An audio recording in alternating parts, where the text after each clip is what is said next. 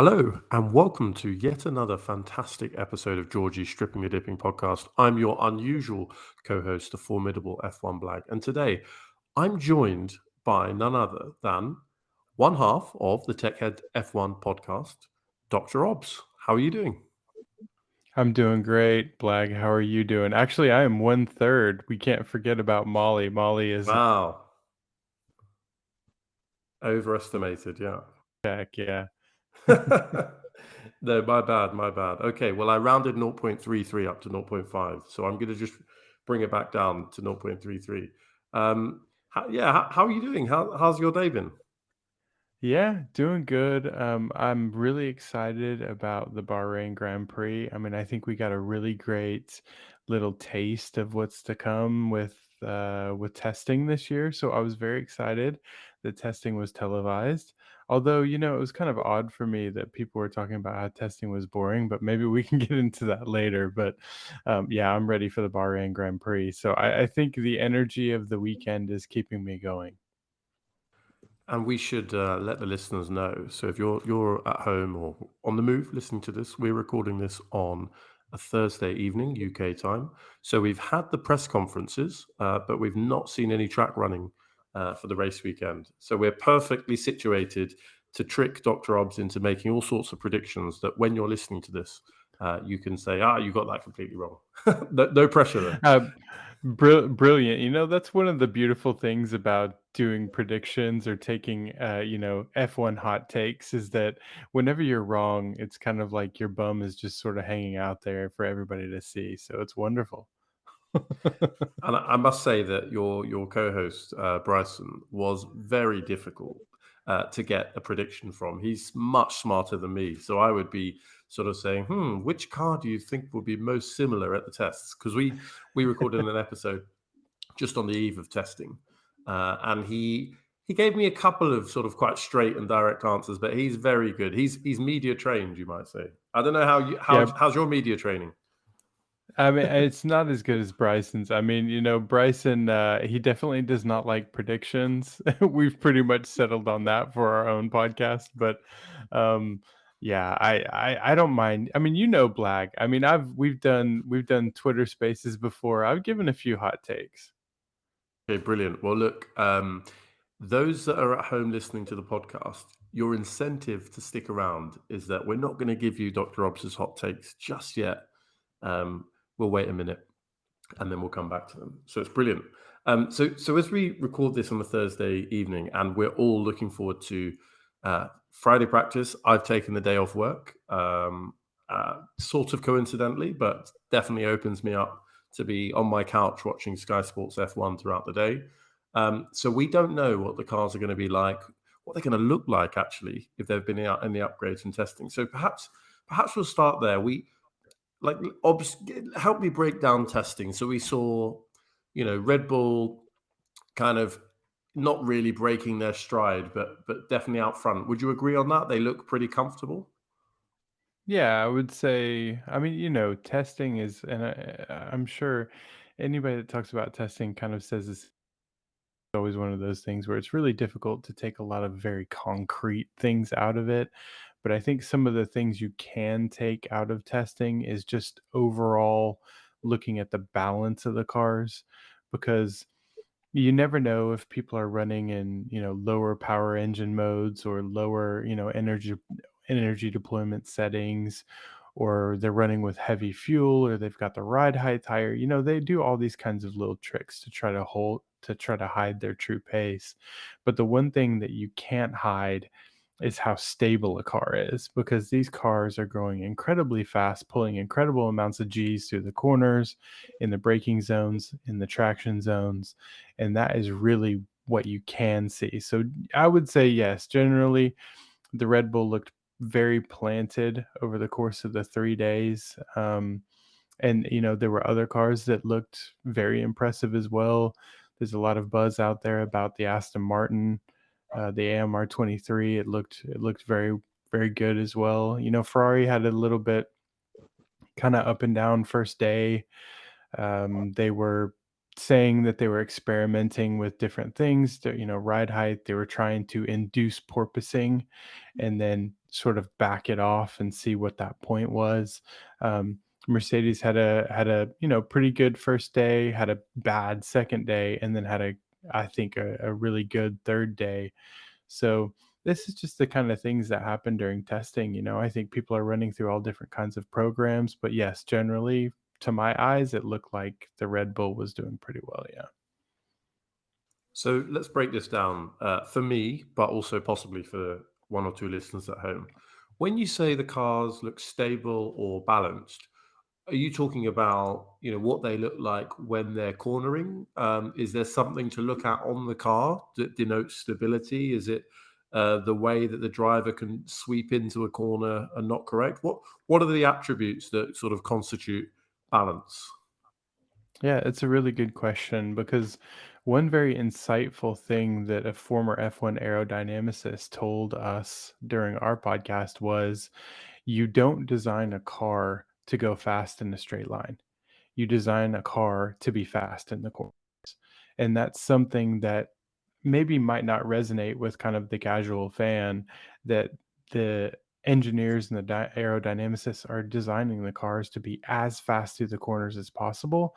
And then straight line speed just kind of comes, as a result of a lot of that. So being fast in the corners means having stability in the corners, which are things like rotational stability, braking stability, which is lateral. So you've got lateral acceleration for rotational stability, and then you've got you know forward and backward stability for braking and traction.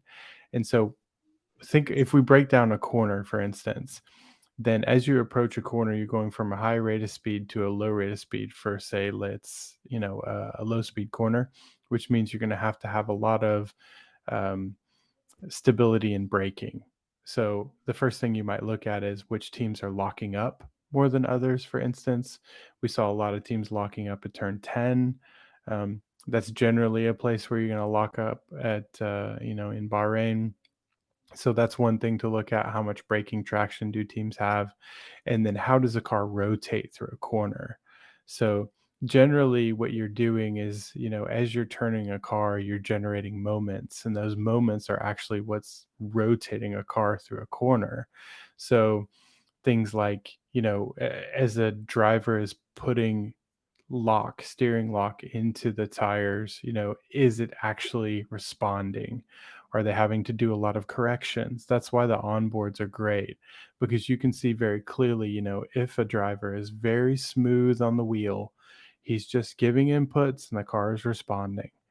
But if he's giving an input and then you see a slight correction or something like that, that means that the car to him is unstable. So that's, the thing that you'll look at through, say, mid corners. You'll look at rotational stability. And then the next thing you'll look at is exit stability. So in the traction zone, where you're then applying torque to accelerate the car now out of the corner. Is the rear end, for instance, compliant? Is a driver, say, having to feather the throttle a bit because they're losing traction? The most obvious thing is when you see that a driver may get into the throttle and they induce an oversteer condition, where the rear tires want to kind of swing out from, basically the rear of the car wants to become the front of the car.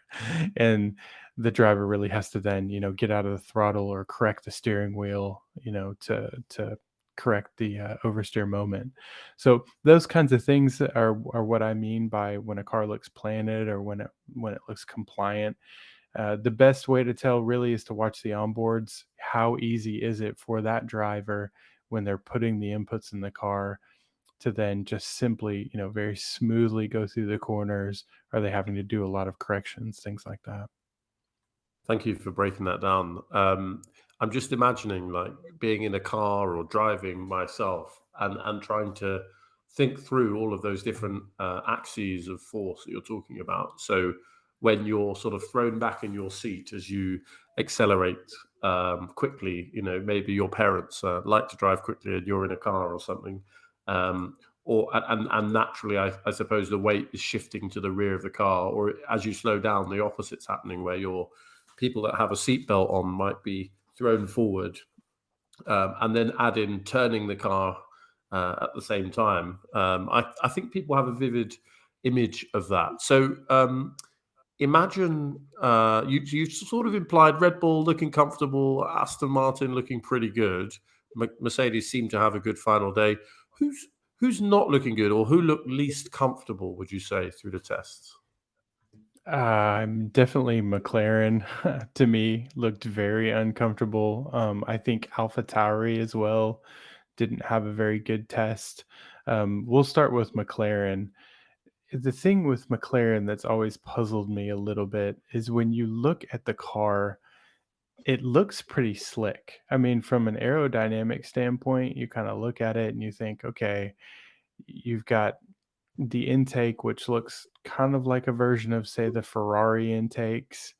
And then you've got a bit of the Red Bull style side pods. Even this year, they've gone to the Red Bull style side pod with the scallop cut, which is on the outboard side of the side pod.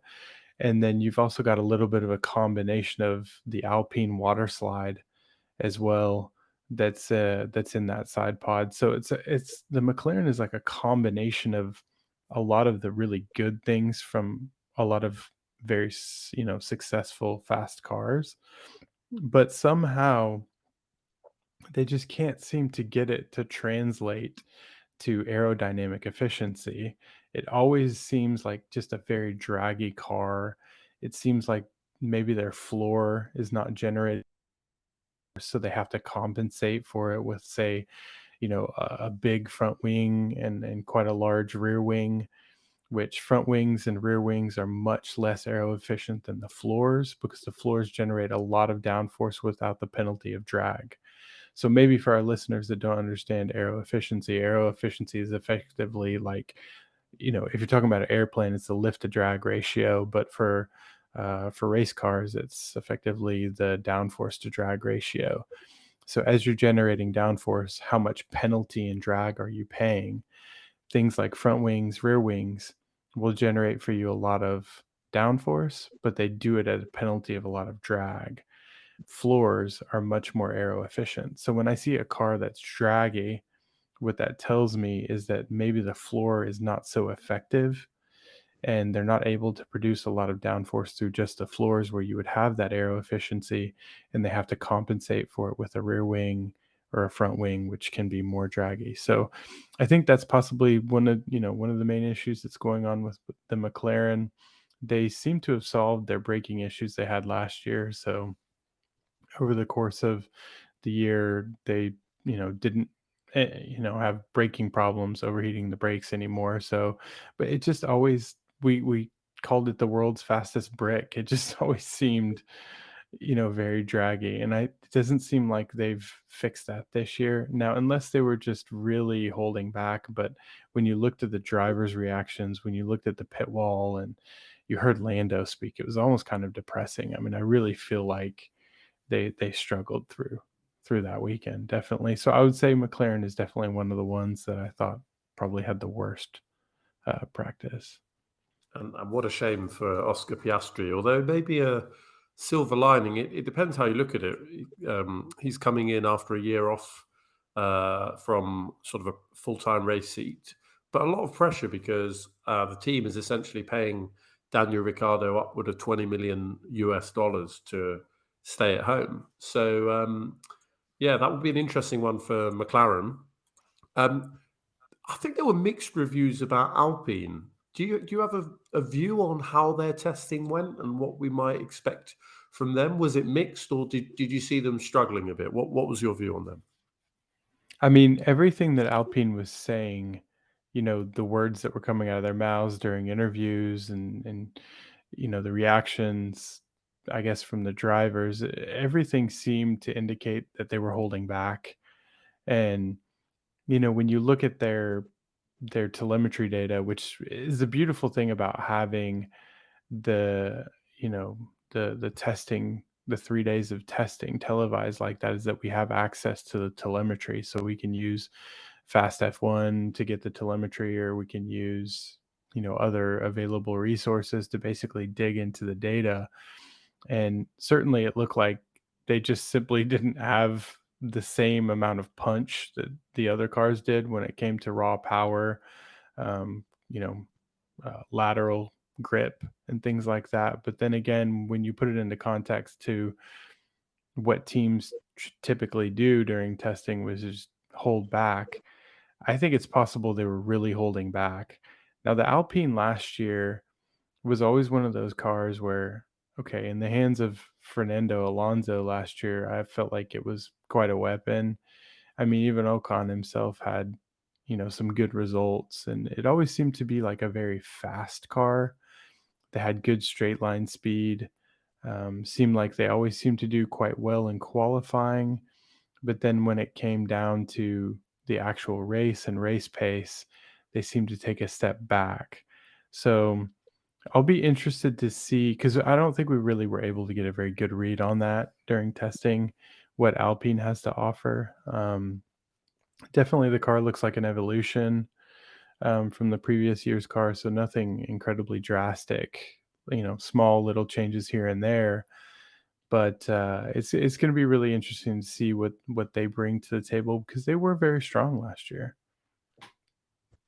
Yeah, they were strong, and I think there's a bit of pressure on Alpine. I mean, they've moved on Otmar Safnauer.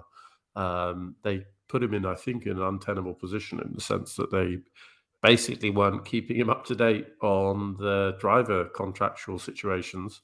So he was defending a position that actually wasn't Alpine's position.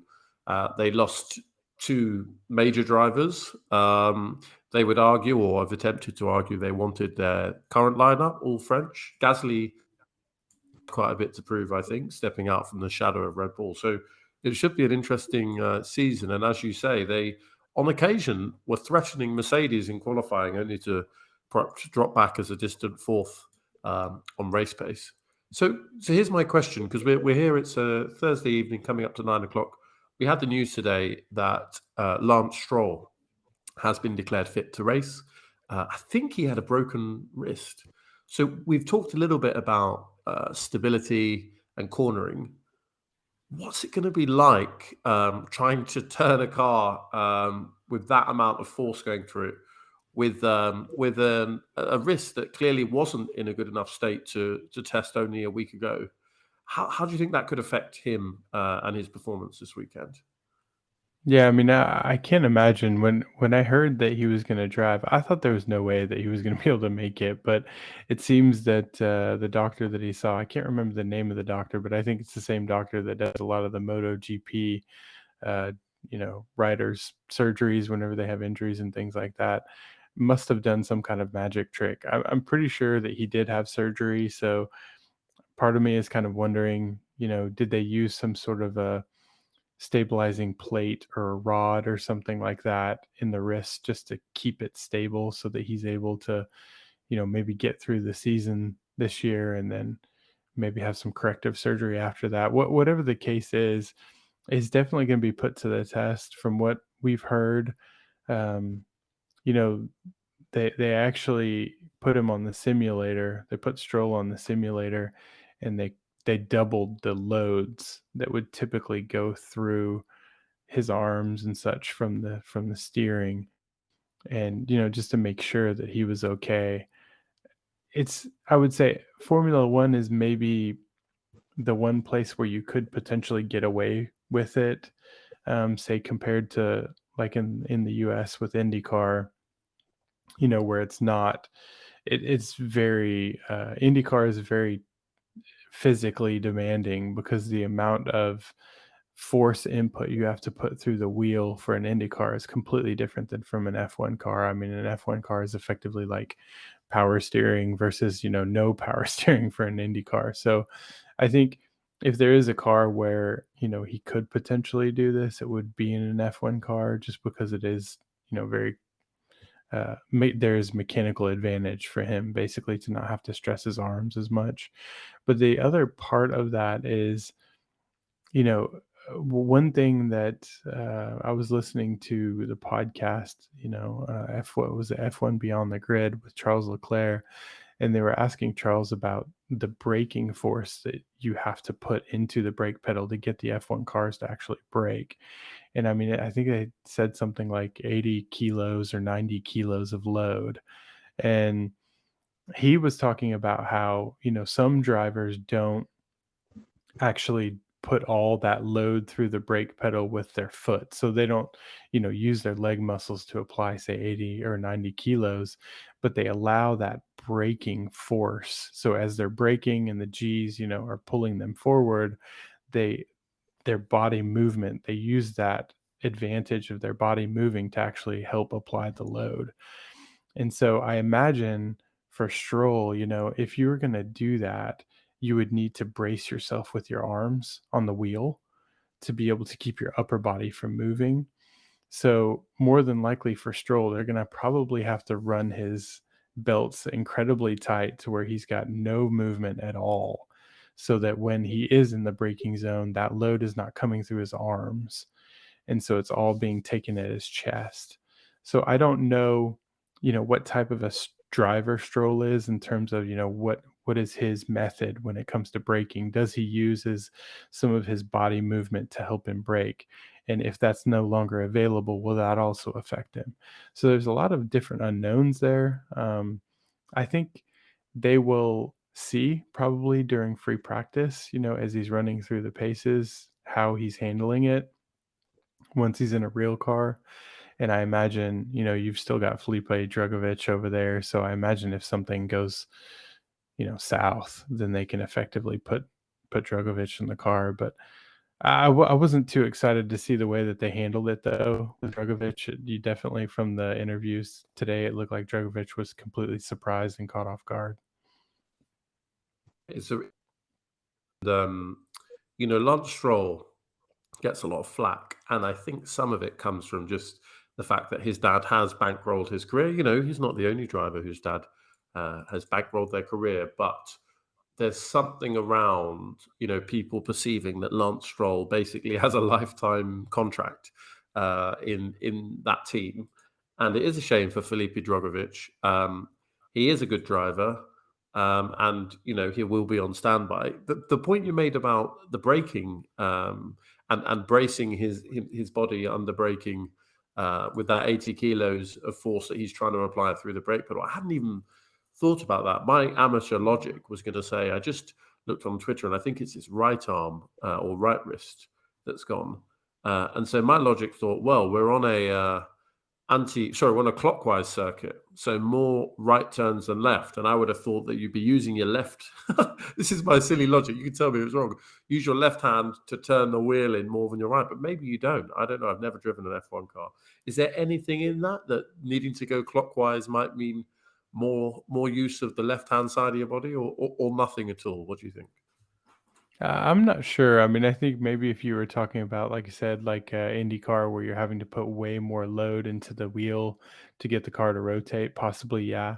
I think, maybe for an F1 car, it's marginally different. It's the same sort of steering input that you would have whether you're going left or right.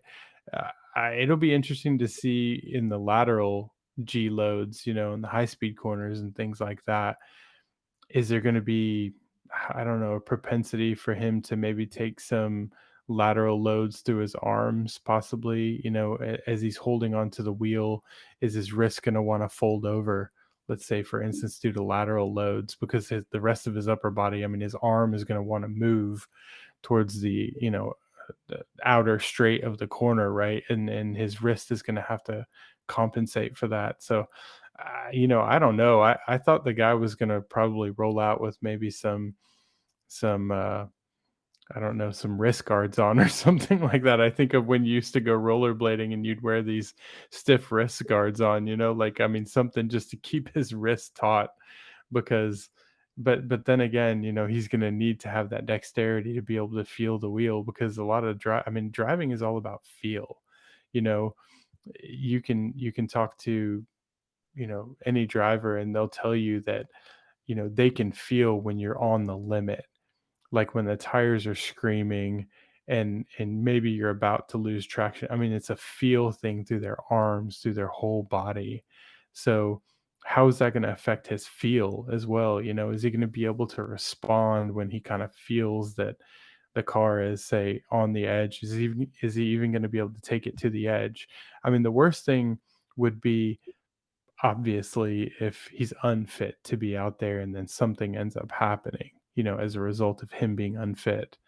That would be the worst thing. But I expect probably we'll get at some point, whether it's in free practice or in between sessions or something like that. Obviously, they'll be assessing and ensuring that he's fit to drive. The more I think of it, the more I think it's a big ask.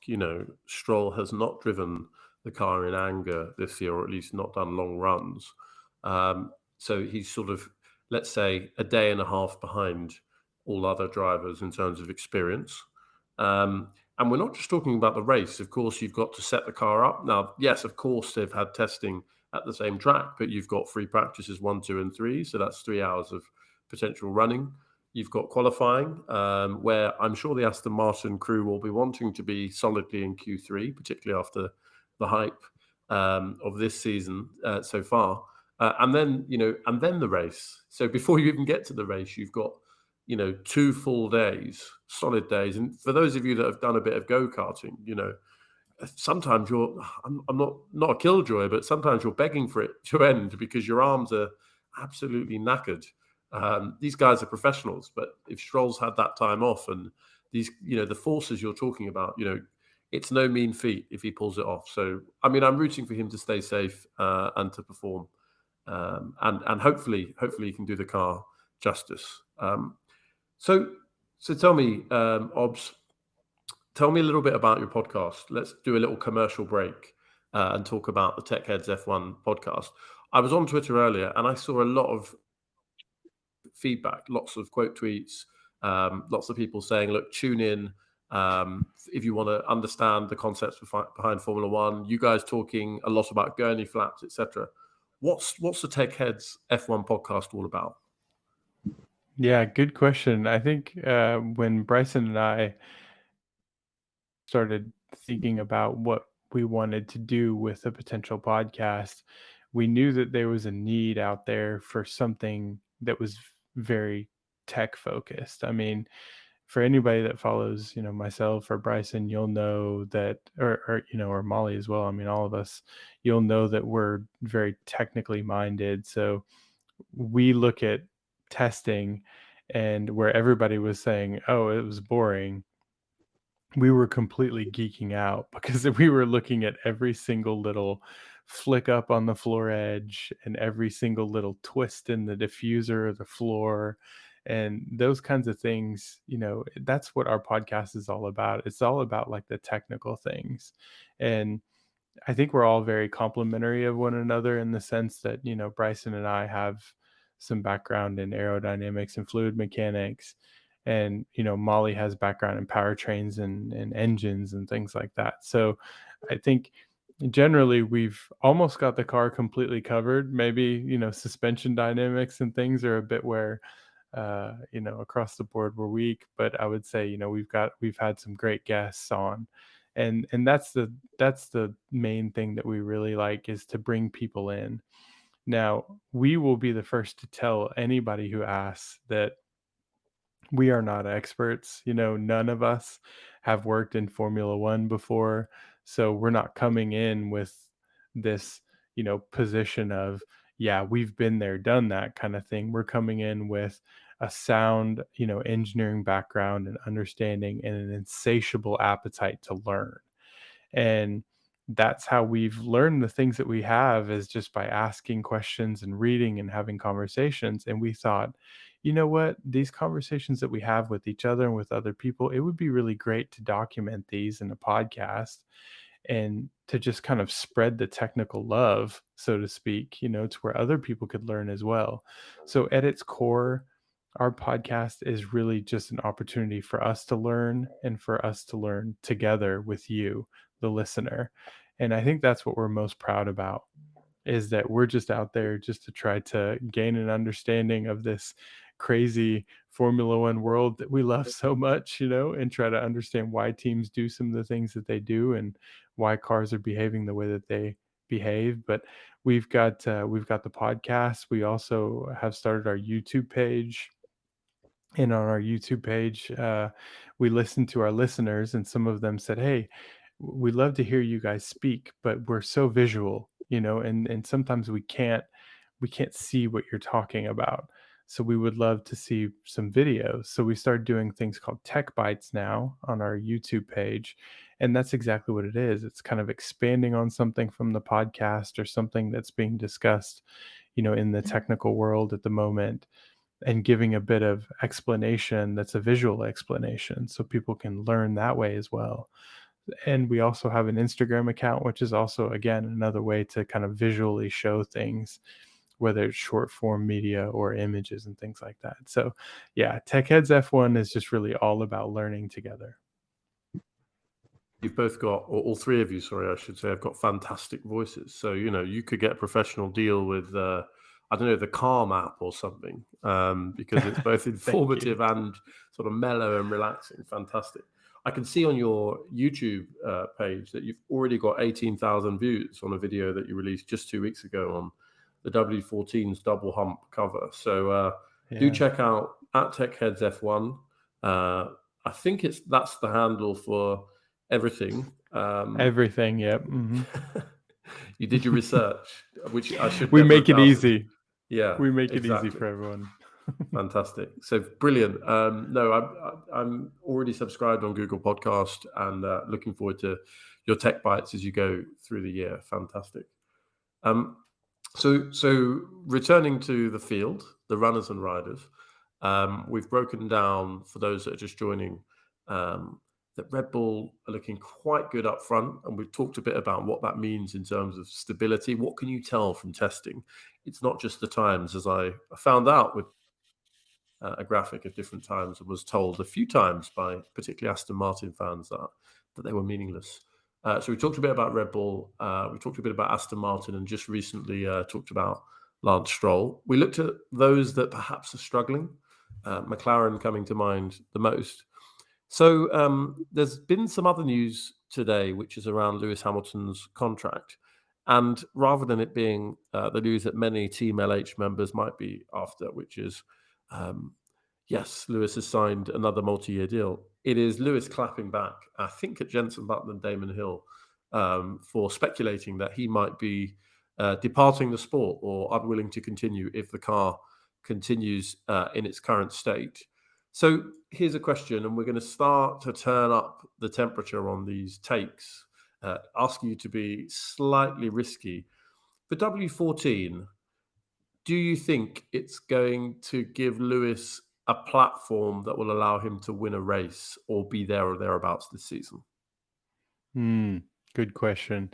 I'm deep down a very emotional person, but I'm also a very analytical person. So when you ask me those questions internally, I'm very conflicted in how I'm going to answer this. But I'll say this: um, let's compare. I mean, and number one, look, Lewis Hamilton is one of the greatest drivers of all time. Okay, let's just get that off the table. And if there's anybody that can extract something out of a car, it's him. The W13, we all know, this storied history of the fickle beast that is the W13. And that platform at the start of the year was incredibly unstable. It was porpoising and bouncing like we say in Texas, like a bucking bronco. And if we have to compare that to where they're starting this year with the W14 looks way more stable than the W13. It does not appear to show any signs of bouncing or porpoising. It did struggle a little bit during testing with some rear instability. They had on the second day, some issues with losing front end downforce, which they now say they've solved and they've figured it out. What we still don't know yet is whether or not they were able to solve some of the drag issues. So that was something that did plague the W13, was straight line, speed, drag. We have seen that they do have a medium downforce wing that they've brought to Bahrain now, and it looks like at least in FP1 they're going to maybe do a side by side with the high downforce wing. they use during testing and the new medium downforce wing. So we'll see kind of how that might affect rear end stability. But if we talk about, is the W14 going to give Lewis a platform to be successful during the year? I think it's already starting out better than the W13, so we can establish that. Um, but it's definitely too early to know that for sure. If I just can speak to the pedigree of the team that is Mercedes, obviously the pedigree is there for them to find success and to develop the car. They showed during the course of the year with the W13, they came quite a long way, right? With it. By the end of the year, we're able to, get a race win. And frankly, I mean, George Russell did quite well, right? I mean, when you look at the number of podiums that he had over the course of the year when he was, driving that kind of a car. But I think Lewis is the type of driver that you're going to have to drag him away from the sport. He just seems like he's just a driver through and through. Um, and I just don't think he's, fast car or not, he's ever going to accept defeat, because that just doesn't seem like him. So he's always going to be one to accept a challenge. And the W13 was a challenge, and he accepted that challenge, aside from maybe in Baku when we all thought that, he might not make it through the season without spending time in hospital. But it seemed like they dialed that stuff out. And now, he's again accepting the challenge of this year of the W14. So yes, I do think that the W14 will give him a platform to be successful. What does successful mean, though? How do you define success? I think Mercedes is a victim of their own success in the sense that for many of their fans, and probably for Lewis Hamilton, last year was a complete reset of expectations. They had gotten so used to dominating and winning. What do you do now with that expectation that you have and that you've gotten used to of just being the top team, and then all of a sudden you weren't? So how is he handling that this year? How is that gonna be if, say, the W14 is still maybe third place car battling for a race win here and there? I just think Lewis still has that fire in him that he's just going to keep going and he's going to accept the challenge. But I think the W14 is definitely in a better place than the W13 was. And the pedigree of the team is such a pedigree that they will find pace during the year. And I can only hope. I mean, it's just night and day looking at testing from last year and this year. And indeed, if I recall the Bahrain Grand Prix, I'm still scarred because I think both Lewis and George switched onto the hard tires and just went backwards, and were I think the only team to run that, and only got the podium with Lewis because both Red Bulls retired at the end of the race. So, and I'm yeah, scarred from that as well. So, well, we should hype you up by switching to Red Bull. But before we do, just one final technical story on Mercedes. So Ted Kravitz was talking about the Mercedes power unit and the fact that we're now obviously in the engine freeze. And he suggested that Mercedes played it too safe. So they arrived in 2022 with a much more reliable power unit than their competitors. But indeed, that has prevented them from advancing under the engine freeze when other manufacturers can bring in upgrades that are related only to reliability. Some people have dismissed that speculation from Kravitz, but do you think there could be any merit to that as a way of gaming the system?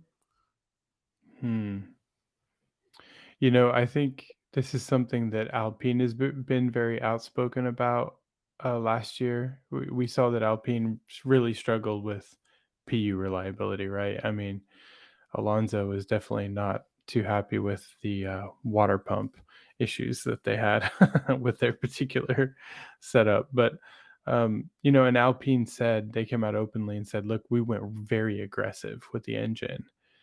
As far as performance settings and things like that, and what levels we run it at and how we've designed it.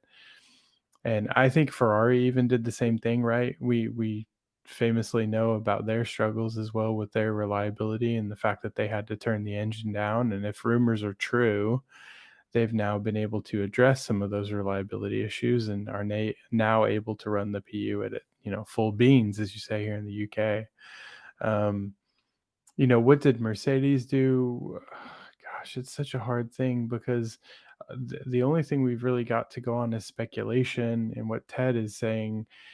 Granted, he's connected. He spends time there in the paddock, so he hears the paddock rumors and things like that. But what we did hear at the beginning of last year was that there was one particular team who was struggling with the switch to the new fuel, and that speculation was, well, Ferrari did quite good, Honda did quite good, well, who's left, right? That it was maybe Mercedes. And then when we saw that some of the Mercedes powered teams were down in the speed traps or were struggling a bit, then those speculations started to turn into kind of a raging wildfire of what people felt like was truth, that the Mercedes PU was just simply down on power and they just hadn't stretched it. It was the most reliable PU on the grid. Honda famously for a long time was struggled with reliability, but finally is able to provide a reliable product, to Red Bull Racing, and they had quite a good year, but even they weren't as reliable as the Mercedes PU over the course of the year. So, definitely there's some truth to the fact that they have developed a reliable unit. Now, whether or not they've developed a unit that is not, say, stretching the boundaries of performance, I can't say. I mean, I could speculate, but I know that Bryson on the podcast had Stuart Mitchell from Race Car Engineering, who pretty much debunked the comment that Mercedes had struggled with the change to the E10 fuel, and said that that was not true. So, and he's quite connected as well. So, who knows who knows what we can believe here. I think the W13 was draggy, so that probably was maybe making the PU look a bit weaker than maybe it really was. But if you compare Mercedes power units this year, for this new regulation to maybe where they were previously, it really doesn't seem like they have an engine advantage anymore, a PU advantage like they used to have, and so when you don't have that, you need to be extremely aerodynamically efficient. You need to be mechanically efficient when it comes to cornering, right? You need to be able to make up for it somehow. And maybe when you bring all those things together, it's possible that that might explain some of the struggles they've had as well.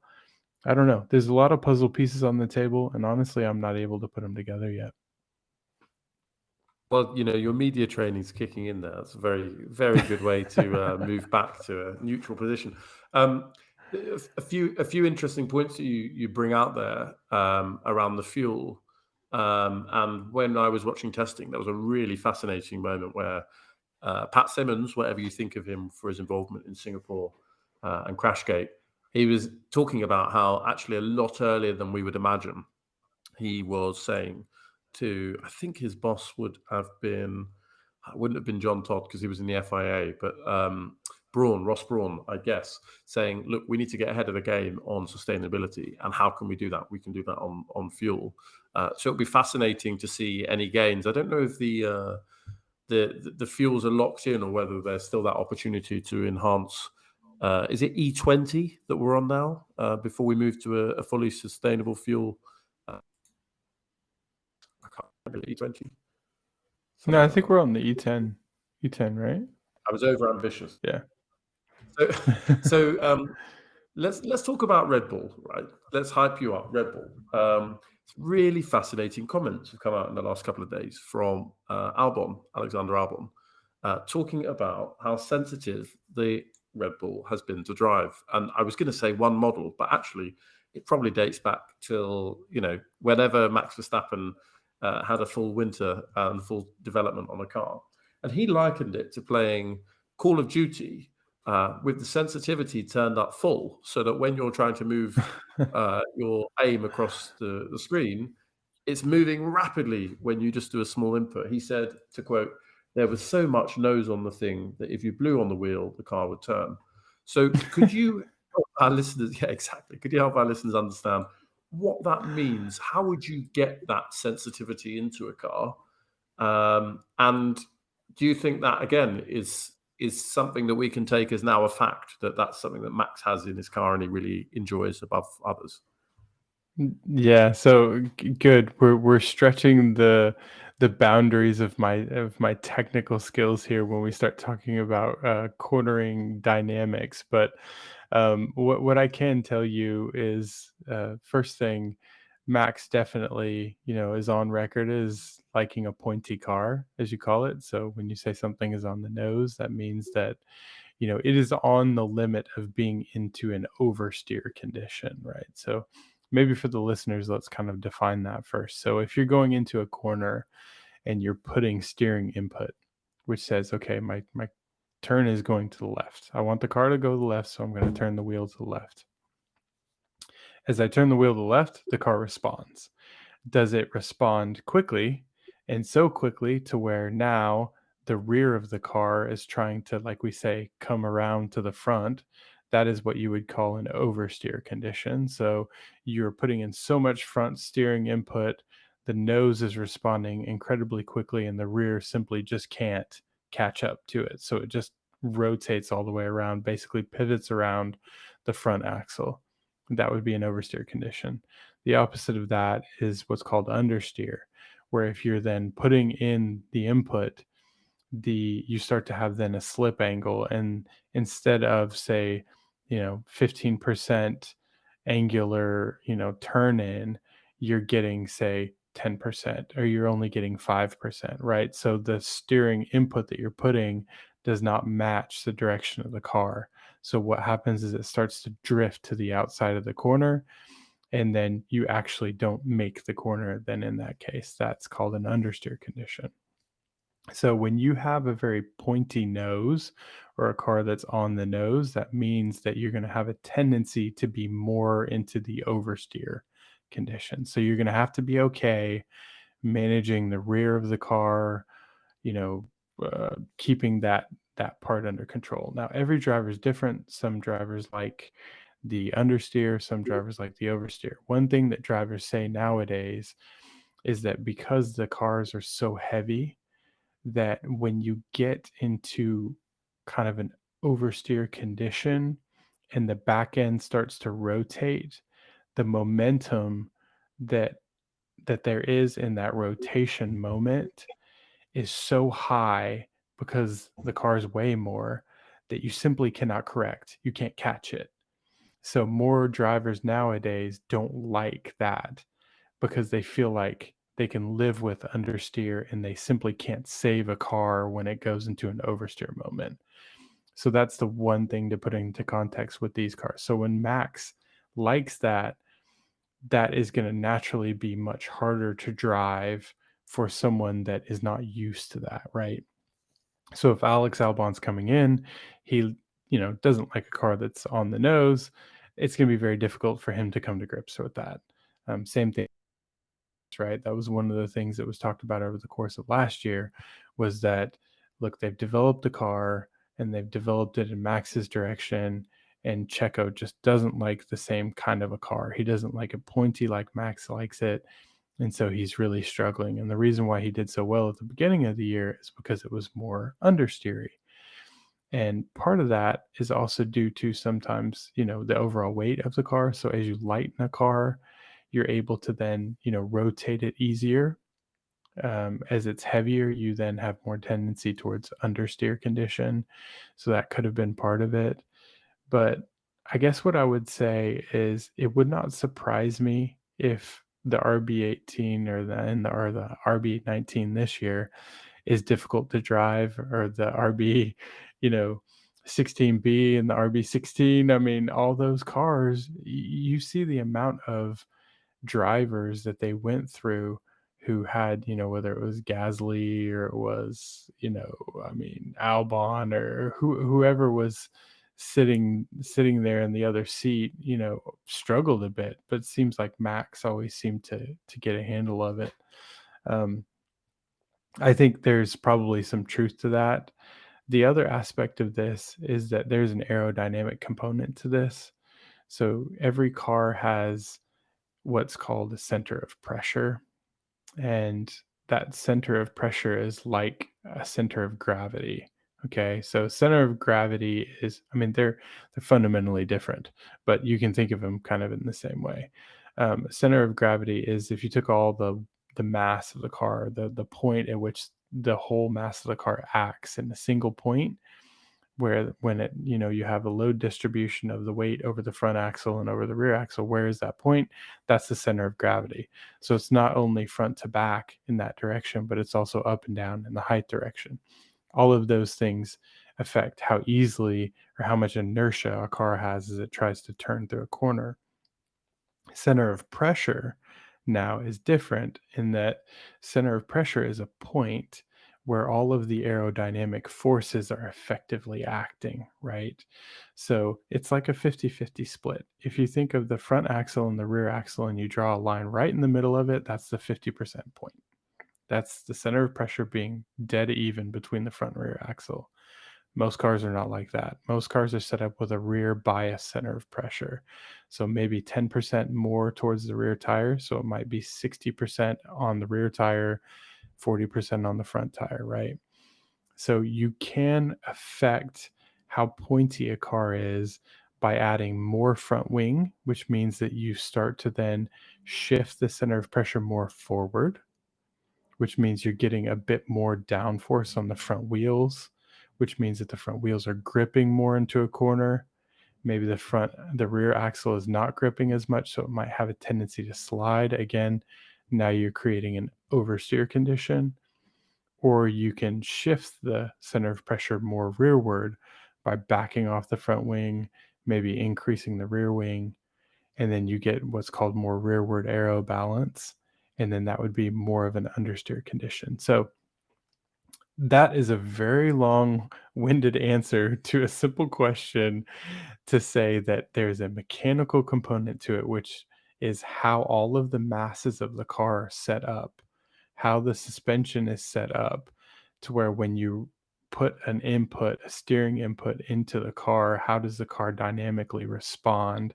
How does the weight respond then to that moment, to that action? And then how does the car then rotate through a corner because of the center of gravity? And then how is the aerodynamics set up in a way that also allows you to either have a pointy or a not so pointy car? So aerodynamics is something you can control. As a car has been built, the weights have been distributed across the car itself. So there's not a lot you can do there usually, but you can affect the aerodynamics. So, for instance, Checo might run maybe a little bit more front wing, or sorry, a little less front wing than maybe Max does. Um, so these are things that teams can do to try to help the driver who maybe is struggling a little bit. But yeah, I would believe that probably the RB18 or the RB19 this year is probably quite a fickle beast. Yeah, I mean, they pay these guys a lot, so these cars better be difficult to drive. But some more difficult than others. Who knows? Um, okay, so there's this is the crunch time now. I'm gonna set the question up. It's gonna be about what do you think will surprise us this year. But while I give you some time to really process that, we often have seasons that flatter to deceive. Last season, I would say, would be one of those. So, for example, uh, Max Verstappen, after the first two races, was a long way back. Naturally, he'd had mechanical issues with the car. Some would say fuel issues, but we won't speculate, and so on. And clearly, he clawed that back quite easily. And by the midway point, it was quite clear he was going to win the season. In the other direction, we left Abu Dhabi in 2021 thinking that perhaps Lewis Hamilton was destined for vengeance in 2022, and the W13 came and basically rained on all of our parades. So I suppose, Yeah. there were some surprises and not so surprises last year. What's going to surprise us? It could be any car or any performer in the field. What's going to surprise us about the 2023 season? Hmm. I think so far the surprise that we've had is that the speculation about how the cars were going to be 1 second to maybe a second and a half slower per lap because they raised the floor and they increased the diffuser throats is it been debunked now. These cars are faster than they were last year. The engineers have done an exceptional job of bringing downforce back when, the regulations changed to try to obviously, slow the cars down a bit and reduce some of the downforce. So that's the first surprise. And I think that will continue throughout the year. I think as we look at the times and we compare them to 2022, I think we're going to see that the cars are indeed faster and they will get even faster as the year goes on. Um, so I think that's my first surprise.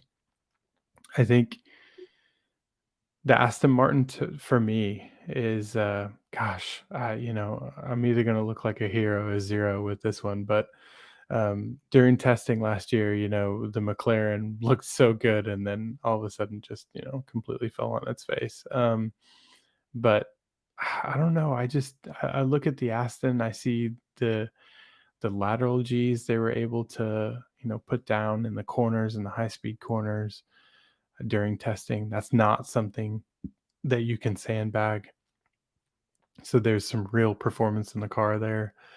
It looks to have some good straight line speed. I mean, it's got a Mercedes power unit in it, but it looks slippery, which means it looks, like it's got some really good aerodynamic efficiency. They've got Fernando Alonso at the wheel, who's a complete demon when you give him a car.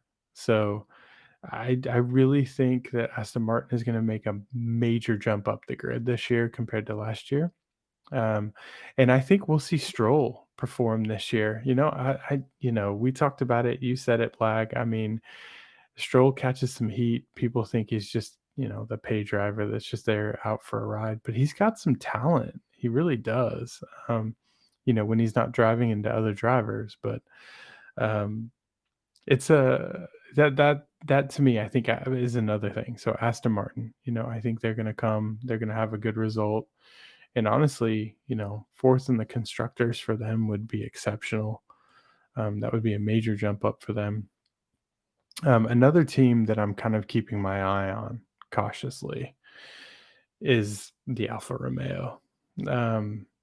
At the hands of Bottas. I mean, Guan Yu Zhou, I mean, he was doing quite well, during the year. I mean, before he had his crash at Silverstone, and even after Silverstone, he had a few good results. But has Alpha given them a car that they can actually drive this year? We know the Ferrari PU is strong, right? And they have a Ferrari PU in that car. And when I look at the car, it looks good. It's got that Red Bull downwashing side pod design, and it looks pretty slick. The floor edge looks pretty good as well. And I think, this car should be fast, and they put down a couple good times during testing. But again, as you say, we really can't pay attention to the test times. But Alfa Romeo may be a surprise. They're not going to be a fifth in the constructors, I don't think. But, they'll probably be ahead of McLaren. I think, down at the bottom, from what I've seen so far, is maybe McLaren and Williams. Sadly, Williams. Gosh, I want Williams to do so well. I really do. But I think Williams is going to have another rough year. So yeah, if I had, maybe those aren't spicy enough takes, but I would say Aston Martin is probably. I'm putting my chips down. I'm saying Aston Martin is going to have a really good year, and I'm looking at a fourth in the constructors for them. Fantastic. Okay, well, if you're at home listening to this, you can already reflect on whether Dr.Obbs is looking good after qualifying, or whether perhaps there's already a risk to his prediction. I think they're fair predictions. I do hope on the Alfa Romeo side that they have a good start. Last year, I think Bottas had a fantastic start. He ended up with something like 50 points, 49 points, but nearly all of those were scored in the first half of the season. And I think that was something to do with the Ferrari having, as an engine supplier, having a fantastic first third of the season. So let's see. That'll be fantastic. The thing we can't forget is that this weekend isn't just the kickoff for Formula One, it's the kickoff for IndyCar. And with IndyCar, you get Indy NXT, as it's now called, formerly Indy Lights. So 10 minutes, I think, before the start of the Bahrain Grand Prix, which I'm reliably informed starts at 3 p.m. UK time on Sunday, at 2:50 UK time, I think it's 9:50 local, in St. Petersburg, Florida, which is, I think, near Tampa Bay. You will have Jamie Chadwick starting in her Indy Next career in the first race of the season. So we wish her luck. We wish Miles Rowe luck in the USF 2000 Pro Series, which is the next rung down in what was called the Road to Indy. It's going to be a fantastic weekend. And I think, Dr. Obbs, I think you did give us enough spice there. Maybe I'll check with my compadre, the unforgettable AMG Dens, who will determine whether there's enough Caribbean spice on the meat, as it were. Before we go, because this has been a fantastic episode so far, so many insights explained so clearly to me, at the very least, and I'm sure some of our friends at home. What are you looking forward to in 2023? Have you got any projects? I know you're working on a fantastic podcast, but anything we should look out for, or anything you want to highlight or shout out? Yeah, I think definitely keep an eye on our YouTube space. We're going to be doing a lot more, like we said, with the visual medium to bring, more opportunities to learn. I think personally as well, over the course of the year, I'm really looking to get a bit back into computational fluid dynamic modeling. So it's something that I did in grad school, when I was working on my PhD, and I did some computational fluid dynamics. And you see all these beautiful CFD studies that, aerodynamicists have done, where you've got a model of a car and you can see how the air is moving over the car. You see all the vortices that are being generated. And just to have that skill sharpened again for myself is something I'm going to be working towards this year, to try to bring that back. So might be some opportunities then to be able to do a bit more content creation around, CFD studies and things. And maybe I'll stretch myself as well. Might partner with a few people who, I know quite well in the industry, and maybe write a paper or two potentially. That would be a stretch goal. I don't know. I have a career I need to keep alive as well. But those are some things I'm really kind of setting for myself as goals for the year. But as a short-term goal, I definitely want to, and we want to, through tech heads and a lot of things that we're doing with the YouTubes, really expand the visual space, the visual medium, short form content, long form content, and things like that. I definitely need to upgrade my setup here, get maybe a better camera and some cool pens that I can do more, drawings on the videos and things like that. So there'll be some upgrades there. But yeah, that's really it for me. I think maybe just kind of increasing the content footprint a bit, growing the footprint of the tech heads, fan base, I guess.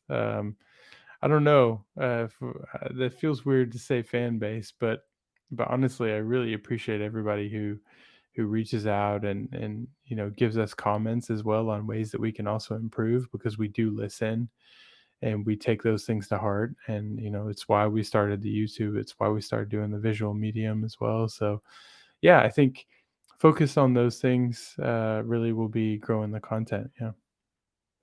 Trust you and Molly and Bryson to take an engineering approach to your podcast. I'm sure you've got some sort of evaluation framework, and you're looking at the KPI and thinking carefully how you can maximize performance. So fantastic, brilliant. Well, do check out the Tech Heads F1 podcast, available in all good podcast platforms. Do also not forget to subscribe to Jorgy'S Stripping the Dipping podcast. And I'm going to give Absolutely. Thank you. I'm going to give my co-host MG Dens a shout out. So for those of you that don't know, because he's actually like quite a modest guy, he doesn't shout out his sim racing very much on the show, but um, I've watched him at the Bathurst 12 hours.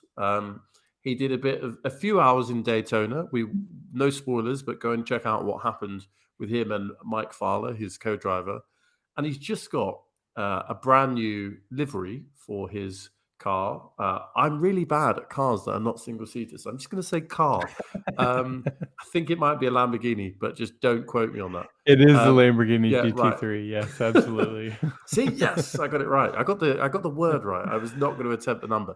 Um, so, but he's got a fantastic special livery on it, and I'm not going to reveal what's on there. But there's a connection to this podcast. There's a connection to the Tech Heads F1, and there's a connection to other people that are special in AMG Den's life. So, go to AMG Dens on YouTube and have a look. He's done a few test runs in the car, a livery reveal, and you'll see what I mean. Fantastic. Absolutely.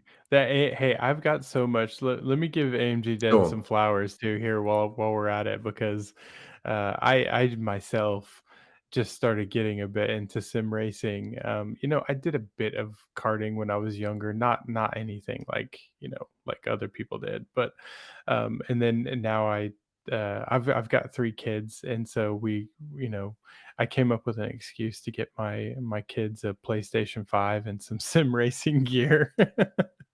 And now probably use it more than they do, but I've got so much respect for Dens and what he's doing with the sim racing. It is so much harder than it looks. I mean, really, when you're talking about the full race simulators with the complete, physics environments, it's not easy to drive those cars and extract performance out of them, even in the digital space. So yeah, giving AMG Dens his flowers. Really appreciate the shout out on the livery as well. I'm super chuffed about that.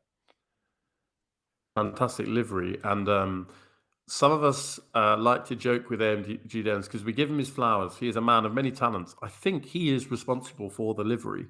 And he can play guitar, he can do many things.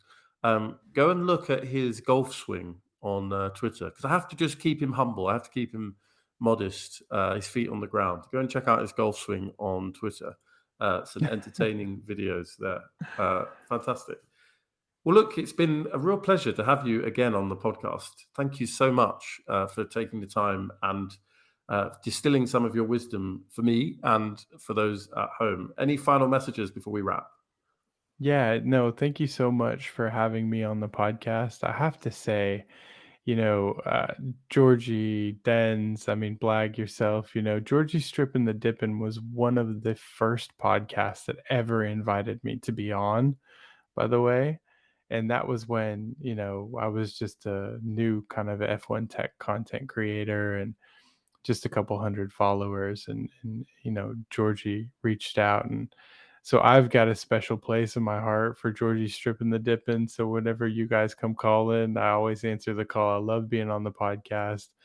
And I love just the amount of different guests that you have, from all different mediums, all different spaces of the sport. It's brilliant. So if you are not subscribed to this podcast, subscribe. You will not regret it. There's so much great content.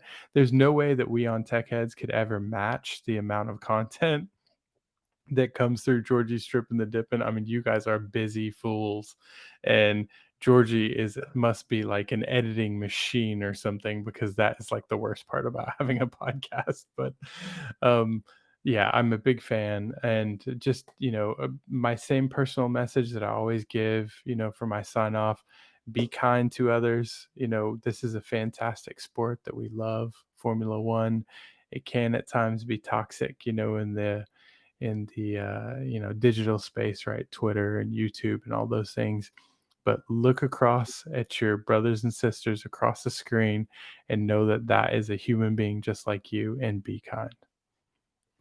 Thank you. What a lovely sign off. And I would say that Georgie and Dens are two of the kindest people I know, whereas I am sneaky because what I like to do is hire people that I know are going to be great successes. and then ride their coattails to the top. So it's not just about Georgie and Dens, but it's also about you and Brighton, and it's especially about Taylor Ferns, Miles Rowe, Colin Queen, and all the other fantastic people from motorsport that we've had on that are destined for success. I'm going to be insufferable and all over every paddock, particularly in the US from here on out. Yeah, let's see if people take that seriously. But look, it's been fantastic to have you. Thank you, everyone that's made it to the end. And listen, do subscribe to the podcast. Do give us a review. Do share our content. We don't market the podcast, so we rely on word of mouth. So fantastic words like those of Dr. Obbs just now mean a lot, and they do a lot for us as well. So this has been F1 Blag. This has been another episode of season 2 of our formidable podcast, Jorgy'S Stripping the Dipping.